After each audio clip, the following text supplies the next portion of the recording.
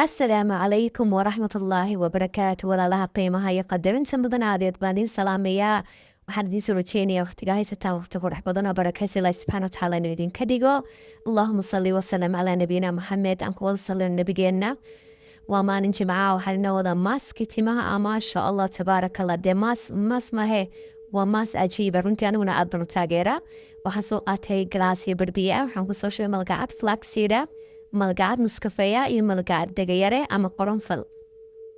intaasaan isku soo karinayaa adugu muddo 10 daqiiqa meelahaasan soo karin kadibna waan soo shaandhaynaya maasha allah tabaaraka lagama hadli karo quruxda timaha iyo dhimibida uu ku siinayo laakiin waa haddii aad joogtaysin wiigii 2 jeer ama mar baad marinay wiigii mar ama 2 jeer maasha allah tabaaraka allah timo qurux badan oo caafimaad leh oo dhalaalayo kale araga ayaad yeelan doontaa insha allah like-ta iyo share-ka iyo commentiga iyo subscribe-ka haddaanad hore u ahayn intaba waa xaggin asxaabay salaam calayk